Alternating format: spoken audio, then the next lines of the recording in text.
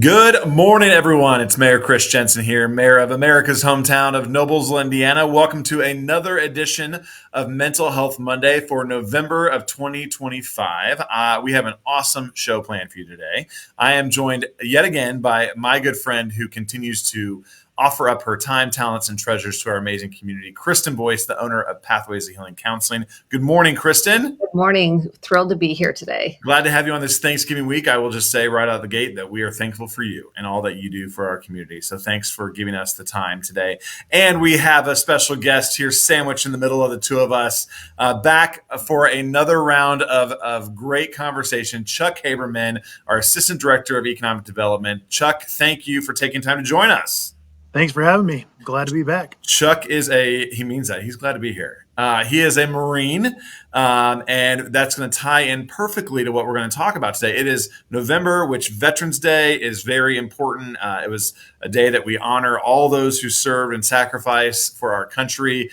Chuck, last week I got to lead our All Pro Dads chapter at Noblesville at Hazeldale Elementary School. And we had a group from Venture Church come in. They're Venture veterans. So to continue that conversation, to explain to our young people kind of what service looks like. So we're going to continue that conversation this week around mental health and our veterans, which I know, Chuck, you have been very outspoken about. You and I have had a lot of personal conversations. I know you work with a lot of veterans in our communities, as well as employers who employ veterans.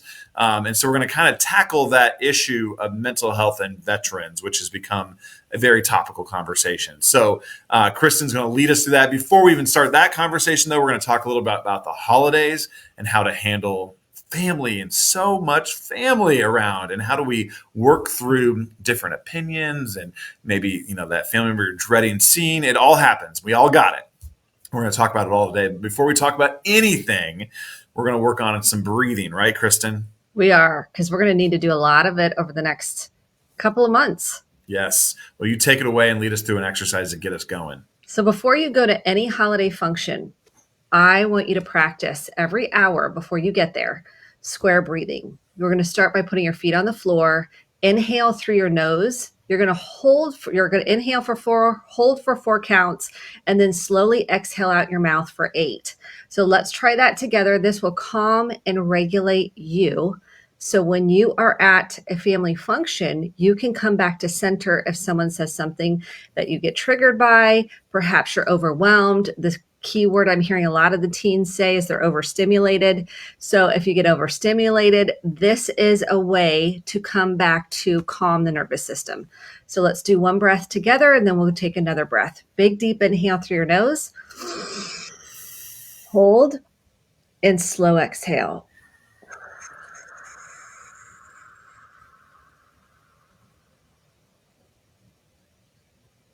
I love watching in unison, or you can see us all 4 release at the same time. This is the beauty if you're in a group. This helps co-regulate your kids. So if you've got a toddler, you've got an infant, the more regulated you are, you can co-regulate your children, your small kids. And if your kids are triggering you, your grandkids, maybe other family members, take a deep breath first, and then take 4 or 5 before you say anything out of your mouth. So let's do one more. Big, deep inhale through your nose. We're going to hold and then slow exhale out your mouth.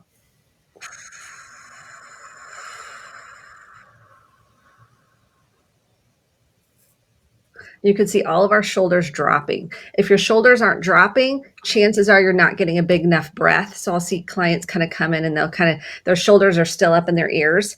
That means they didn't get enough inhale. So if you're not dropping the shoulders, that's your sign to take a deeper, bigger inhale on that at first.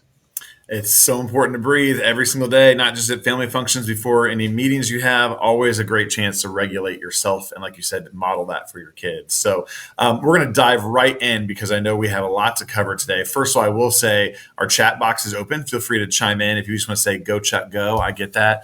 If you have questions, let us know. We're happy to answer them on the fly or get you answers later on. But before we talk about veterans and kind of the mental health around that, I want to kind of pivot real quickly. Kristen, this is the Mental Health Monday before some major holidays. So how are we going to handle awkward conversations, tense conversations, family members that we don't like or haven't seen in a while? How do we change the subject if it gets too deep into somewhere you don't want to go, all the things. So let's do a quick little bullet point here of some strategies. First of all, set your intention before you get into the car to drive, to show up, before you walk through that door. What is your intention? Maybe it's, I'm going to stay calm today. Maybe it's, I'm going to get curious and ask curious conversations, ask people how they're doing, how they're feeling. Maybe you're going to just go with an attitude of gratitude and you're just going to focus on being grateful. And then maybe you're going to have to pivot. Number two is maybe you're going to have to learn how to pivot some conversations. So maybe you have different political beliefs. Maybe someone wants to get argumentative. Maybe someone, you feel like they're coming at you, or they're really not coming at you in a centered way. I want you to take a deep breath. Strategy one is you can say, I got to run to the restroom. People don't realize that that's a strategy. It is. So you can get up, you can go to the bathroom, you can take a walk outside, you can do laps around outside if you need to. You can go to your car, say, I got to grab something out of my car. Strategy number two is, if you're in a tough conversation, is like, let's put a pin in it. Hey, did you see that Colts game yesterday? What did you think? I know that was a bummer. Oh my gosh, did you see that? And then they go, oh yeah. So we're going to get them off that subject. I love, let's put a pin in that, because you're basically redirecting the conversation. So you're not being rude. You're not being mean. You're not being nasty. You're basically redirecting. So need to have a subject that you're going to redirect to. A safe one is football. For some it's not. So maybe you're going to talk about the boom. You're going to talk about what's going on there. Maybe you're going to talk about a movie you saw, Wicked, or you want to see. So these are subjects that are a little bit lighter sometimes that you can talk about, that you can redirect to. There's nothing wrong with redirecting a conversation. Let's put a pin in it. Let's talk. You know what about the Colts? So that's another way to do it. So I'm giving you helpful strategies. The third one is have an exit plan if you need it. So if you get into a situation where you need to kind of say, hey, thank you so much. I don't need to be rude or nasty. Thank you so much. This was wonderful. At my capacity right now, I am worn out from my week. I have had quite a week and my capacity is low. We are going to have to head out. Thank you so much. Take it on you that your capacity is low. I like to set it up before I get there. So folks say, oh, what's happening in your life? I am just worn out. We may not be able to stay the whole time. We may be only able to stay an hour or two.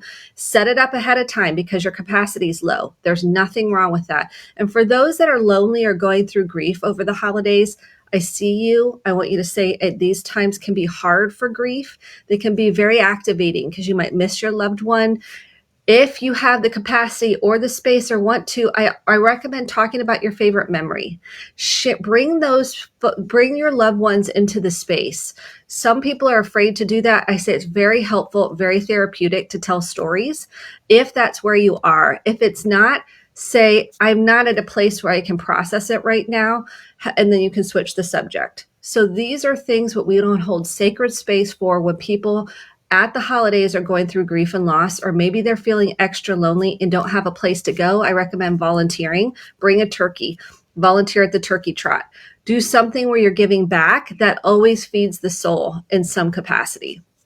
And you'll be helping others while you do that, which is a very human instinct thing to do. So again, we want to acknowledge the next couple of weeks are very difficult for a lot of people. The next 6 weeks can be very, very challenging. Then we go into a season of somewhat darkness, maybe literally and figuratively, which we'll address and talk a little bit about next month too. I know January and February are always mentally tough for me to get through around in Indiana. So we'll chat about that. But thank you for kind of going over that with us. I know a lot of people have some anxiety maybe about the holidays and what they're faced with. It's a very busy time.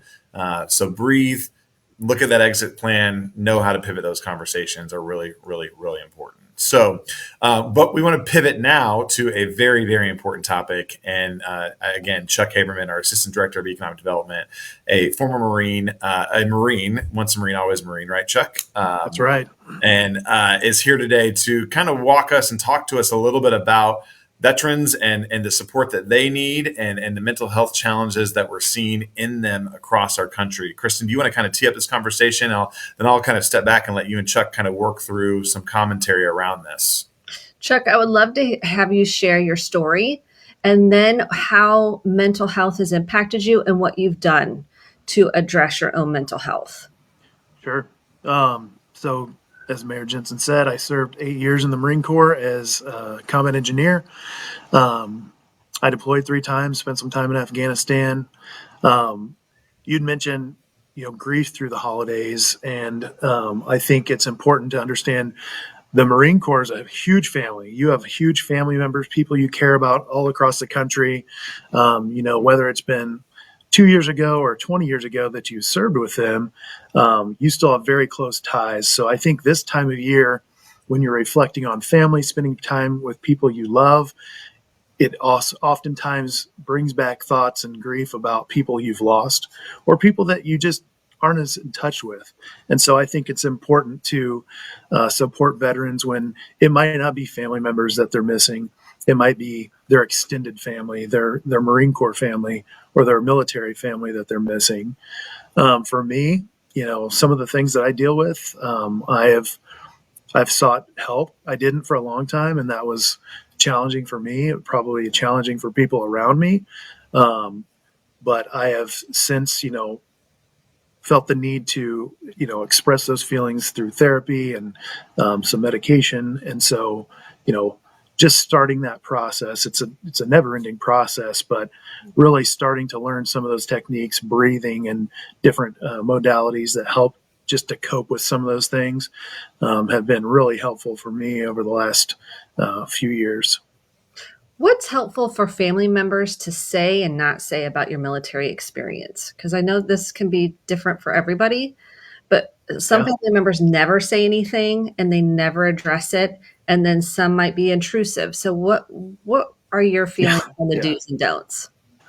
Oh man, that's a tricky one. And it all depends on the veteran and their experience, their length of service, their type of service.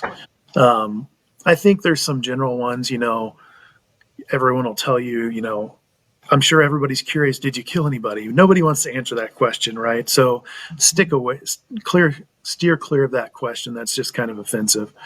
Some of the ones are okay. Tell me about your work in the service. Tell me, did you get to travel? Just talk about your experiences and what you enjoyed the most. Things like that are easy ways to get the conversation started. And then that gives the veteran the opportunity to kind of open up as they wish. So most people will be able to tell whether they're willing to continue to open up or not. So starting with some of those kind of easy questions, I'll say, where, you talk about the good times, you talk about some of the places you got to see, some of the places you may not have gone had it not been for military service. For me, I spent my first time on an airplane going to boot camp in California. And then I was jetted off to Japan. And then I went on other deployments to many other countries. So, as a young kid in Greenfield, Indiana, I probably wouldn't have done those things if I had, or at the time, I wouldn't have done those things had it not been for the service. So telling those parts of the stories and opportunities that we're met with are always good ways to start the conversation. Probably not asking those hard questions about, what traumatized you the most? Did you kill somebody? Did you do these other things? So, keep it light, I think, are the best ways to start those types of conversations. Chuck, is it fair to say, just listening to you talk like that, I mean, it kind of comes down to common sense, right? Like think Sure. about, put yourself in that position. Okay, what would you want to be asked about? And what would you not want to be asked Sure. about? I'm not And sure why sometimes we think that we can ask a completely inappropriate question that we would never want to be asked ourselves. right. I think, on the flip side, you can talk about common sense with adults, but then I have 2 young kids. They're very curious, and they see things on TV and in the movies, and they don't know the best way to ask those questions. So you have to kind of navigate those in a certain way. Who's the bad guy? Were you a good guy? Those types of simple questions to them are complex questions for anybody to answer, let alone, a service member. So I think it's tough. It's tough to deal with, and it's sometimes difficult to deal with, when you're faced with those questions from your kids or young family members that may be in town for the holidays. It's difficult for me to answer some of those questions that are just they're curious. They don't know. And so, it's certainly difficult to answer those questions to them for them. Let's talk about compartmentalization because that's a survival strategy in the military. I mean, that is literally you're trained for getting through many different types of scenarios. And then when you get out, what I find with veterans is the transition from maybe deployment back into regular, that transition back home or to Yep. back to your regular job can be very, very tough. Hmm. Talk about how you handled that, some strategies you've used to make those transitions. Yeah, I think that's a big part of the transition piece, I'll say, out of the service. That is, there's your new mission is finding the next chapter, right? So it's often around, a career opportunity, where are you going to live, those types of necessities. And so you compartmentalize those other pieces of your mental health and the stressors that come along with all of those things. And so, in my case, I pushed a lot of that self care, mental health care down, right? Because that's what you're trained to do. Yes. Get the job right, get the schooling right, get the housing right, earn an income. We'll deal with everything else later. Well, then you're in the mix of all those things and you don't think about it. It doesn't come back because you're trying to keep all of those things afloat, right? You're spinning all those plates in the air. And then, things happen, right? You lose friends. You, you know, many things can happen for many different people. And it comes to the forefront. And you're like, wow, I really have been putting these things off and it really is affecting me. Sometimes it takes others to show you. You don't want to hear it. There's a lot of things, there's a lot of ways that those are manifested. But you have to have the courage and you have to lean on your friends, your community, your brothers and sisters in the service, to really come clean and say, hey, I've got to do something about this. And it doesn't take long to understand you made the right decision. Just some of the conversations and being in a room, and airing some of that stuff out, just that's a huge weight in itself. And it's a big first step. Yeah, because when you suppress, it becomes depressed, and that's part of your training. It's like you got to get through things. How do you work through all the things you've suppressed to get Yeah. to do it? The techniques that I've been working through with my therapist is, yes, a lot of the trauma and things you deal with comes from the service, but that might not be the root of some of the things that are coming out. So you take this holistic look, just across your entire life, and then start to understand, where did you form some of these, wavelengths in your brain to kind of shovel things away, right? Where were you starting to suppress things? And then we use, I can't remember, it's an acronym for, I think, eye movement. EMDR. Yes. Desensitization reprocessing. Yes. Highly Yes. So we EMDR. go into that. Really, we take a snippet Mhm. of each instance, right? And we just go take a deep dive into it. And, sometimes that takes, one session, two sessions. Sometimes it takes a month worth of sessions to dig through some of those things. And so, just taking the time to really put into the work to get there, and building coping mechanisms to support those different types of trauma. Yeah. So EMDR is a type of therapy that works on all your sensory systems. So what gets stored in the body, we have memory in the body. So someone could have a memory randomly, their body could have a response of something that seems out of the blue for something. So what EMDR does is we reprocess the memories. So the body's sensations, sights, smells, pictures you might have had, maybe a belief you've had about yourself, like I am a failure. I am a terrible person. I'm a bad person. I'm a worthless person. These are some of the negative, what we call negative cognitions, negative beliefs we have about ourselves, and we help reprocess that to get to the other side. So anything that was pushed down into the body, we're releasing. So it doesn't have a hold on you. So if you come in and you're saying this is a level of disturbance from a 0 to 10, being 10 the highest level, maybe you're at a, maybe you come in at an 8 or a 9, and EMDR can take that down to a 0, 1, or 2, usually a 0 or a 1. And you get relief. You finally get relief. So people that are having flashbacks, nightmares, or they're stuck, they feel stuck. A lot of clients will come in and go, I just feel stuck. EMDR helps you get unstuck.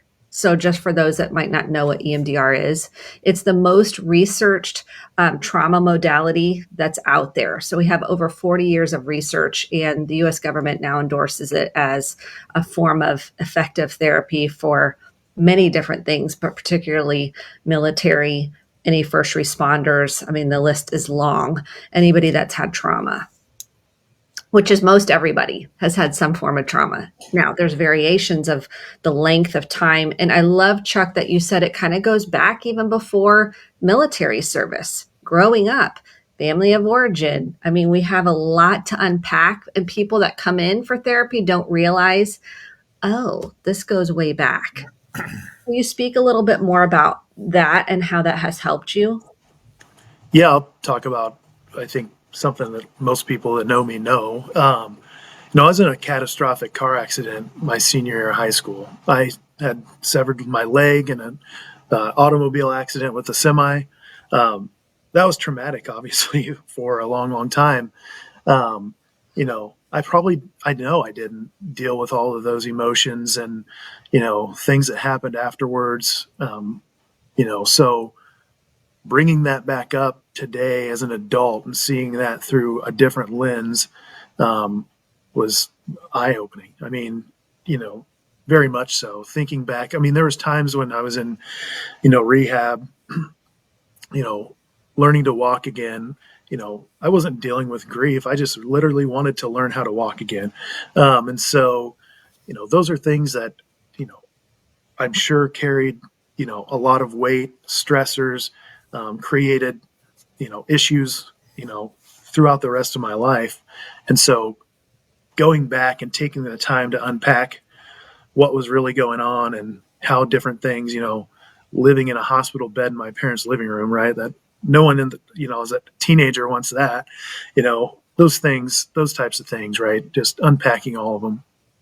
Yeah. And so your body can then be released of this. And these are things we don't realize that are really connected to a lot of what we feel in the present moment. We're like, well, that's over and that's in the past. And why do we have to go back there? I'm like, because we're frozen. Your body, some of your memories, you don't realize it.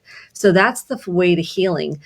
What do you think you've done that has been the most powerful for you in your healing journey?